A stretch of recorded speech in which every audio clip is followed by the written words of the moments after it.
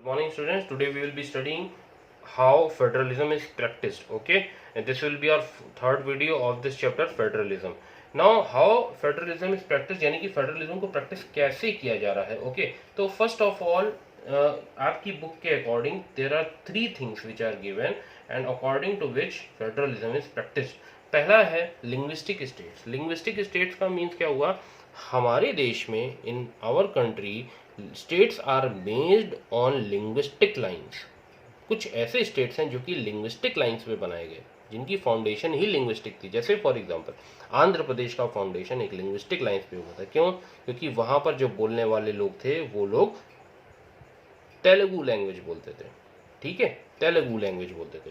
गुजरात में रहने वाले लोग गुजराती बोलते हैं. तो कुछ स्टेट्स का जो फॉर्मेशन हुआ वो लैंग्वेज को ध्यान में रख करके बनाए गए. जैसे many states in India have been made on linguistic lines. Language यानी कि लैंग्वेज बोलने के तरीके पे. This was done to ensure that people who speak the same language lived in same state. ऐसा क्यों किया गया? तो इसीलिए किया गया ताकि एक लैंग्वेज बोलने वाले लोग एक ही रीजन में रहें. ठीक है, जैसे आंध्र प्रदेश के लोग तेलुगु बोलते थे, मतलब तेलुगु बोलने वाले लोग थे, तो उनको मिला करके एक नया स्टेट बनाया गया and that state was called as Andhra Pradesh. उसी तरीके से गुजरात है, उसी तरीके से और भी बहुत सारे स्टेट्स बनाए गए.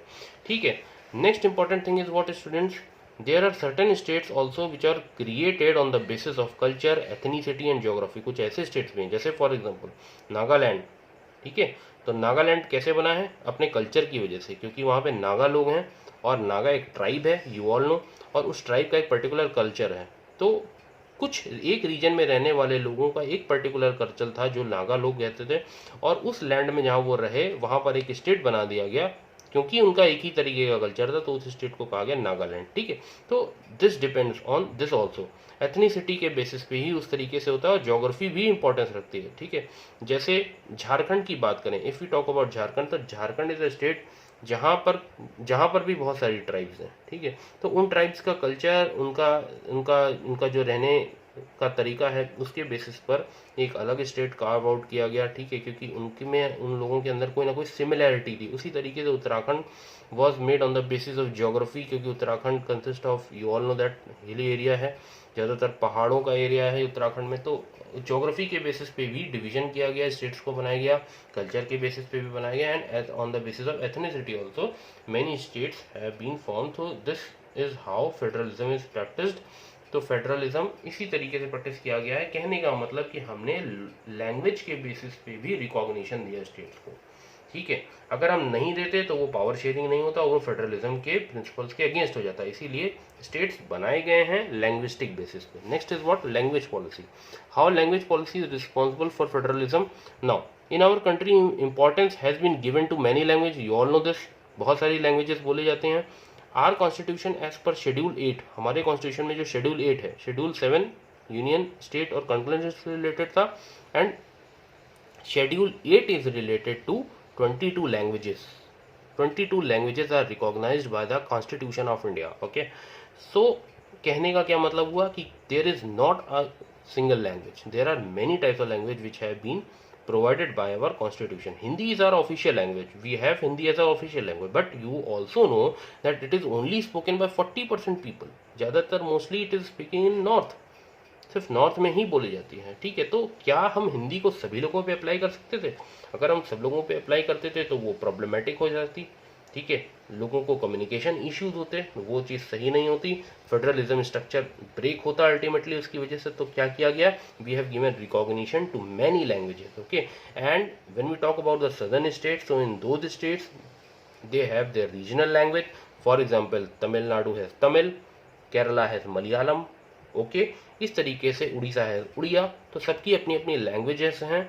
ठीक है, हमने सबको रिकॉग्निशन दिया and that is very important. हमें सबको साथ लेकर के ही चलना पड़ेगा, because we have to foster federalism. हमें फेडरलिज्म को बचाना है, बढ़ाना है और प्रोटेक्ट भी करना है. ठीक है, next is what? South states mostly have a regional language, already told you. English is the second language. हाँ, तो इंग्लिश जो है साउथ स्टेट्स की सेकेंड लैंग्वेज है. मोस्टली लोग इंग्लिश में या तो कम्युनिकेट करेंगे या तो फिर वो लोग अपनी रीजनल लैंग्वेज. तो overall conclusion is that recognition has been given by various languages by our constitution in India, and that is very much required. because if you will not give the recognition to various languages, various regions, definitely that will cause a strike to the structure of federalism in our country. So definitely that will not be good for it. Next important thing, students, how federalism is practiced in our constitution is related to center and state relations. Now center state relations have been important in strengthening of federalism because this depends on how ruling parties follow these arrangements of power sharing.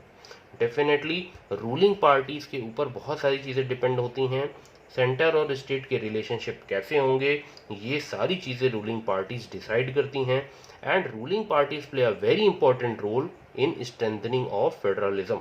Now let us see some history what has been the relation between center and states. तो before students 1990 there was a time कि एक ही party की mostly सरकारें होती थी.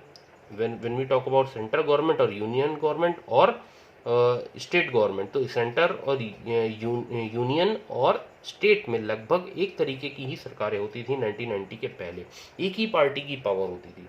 ठीक है, तो उससे होता क्या था कि मोस्टली एक ही पार्टी पावर में है यूनियन में लेवल पर, और स्टेट के लेवल पे क्या हो रहा है स्टूडेंट, मैक्सिमम जो सरकारें हैं वो उसी पार्टी के हैं, लेकिन कुछ पार्टीज की सरकारें जो अपोजिशन की थी उनके भी कुछ स्टेट्स होते थे. तो सेंट्रल गवर्नमेंट क्या करती थी 1990 के पहले, वो अपना इन्फ्लुएंस करने की कोशिश करती थी, वो पोलिटिसाइजेशन करने की कोशिश करती थी, और कुछ ना कुछ उस स्टेट गवर्नमेंट पे जो कि अपोजिशन पार्टी की है कुछ ना कुछ एलिगेशंस लगा करके कि that state is not running according to the provisions of constitution, तो क्या करते थे सेंटर उन पर जोर डालने की कोशिश करता था, दबाव डालने की कोशिश करता था, आर्बिट्रेरी मैनर में बिहेव करने की कोशिश करता था 1990 के पहले. ऐसा होता था. ठीक है, बहुत बार ऐसा हुआ भी है. ठीक है, तो इसी चीज की वजह से जब ये चीजें होने लगी थी 1990 के पहले, तो फेडरलिज्म का स्ट्रक्चर कमजोर हुआ डेफिनेटली, क्योंकि because federalism talks about recognition of states also. ठीक है, सेंटर की भी पावर है, स्टेट्स की भी पावर है, सभी लोग अपने जगह इंपॉर्टेंस है. अगर सेंट्रल गवर्नमेंट डोमिनेट नेचर की बन जाएगी और वो स्टेट गवर्नमेंट पर अपना रूल चलाने लगेगी, कोशिश करने लगेगी अपनी चीज़ों को इफेक्टिवली प्रेशराइज करने की, then definitely that will not be good for federalism. Okay, तो this was happening before 1990s. लेकिन 1990s के बाद क्या हुआ, 1990s के बाद सिचुएशंस चेंज हुई और कोलिशन गवर्नमेंट्स का दौर आया, कोलिशन गवर्नमेंट्स का टाइम आ गया. ओके, अब उसमें क्या हुआ, now coalition government, you all know that it is a type of government in which includes two और मोर देन टू पार्टीज जब सरकार में होती. तो यहाँ पर क्या होने लगा, फिर पावर शेयरिंग होने लगा 1990 के बाद. जब पावर शेयरिंग होगा तो फिर क्या होगा, तब कोई आपकी चीज अपने विल को एनफोर्स नहीं करवा सकता. ठीक है, तो फेडरलिज्म स्ट्रांग हुआ 1990s के बाद. As power was now shared, even Supreme Court also made major judgment making central government to be aware so that it may not misuse power in an arbitrary manner. ठीक है, ये मामला supreme court भी गया था और supreme court has also decided that कि central government ऐसा बिल्कुल नहीं कर सकती कि it can not enforce its will over the state governments which are mostly run by the opposition parties to the center. ठीक है, जो अपोजिशन पार्टी में है आप जबरदस्ती इनके आर्बिट्रेरी मैनर में कुछ मिसयूज नहीं कर सकते अपने पावर को, उनको डिसमिस नहीं कर सकते ये कहकर कि वो कॉन्स्टिट्यूशन के अकॉर्डिंग वो स्टेट्स नहीं चल रहे थे. तो इस चीज़ पर कंट्रोल हुआ 1990 के बाद, क्योंकि कोalition गवर्नमेंट्स आई और इस तरीके से स्टूडेंट सेंटर और स्टेट रिलेशन बैलेंस हुए. If we talk about present situation, तो center and state relations are very good. Federalism now is much stronger as when we compare to the previous times. So today in this video we have discussed how federalism is practiced in India.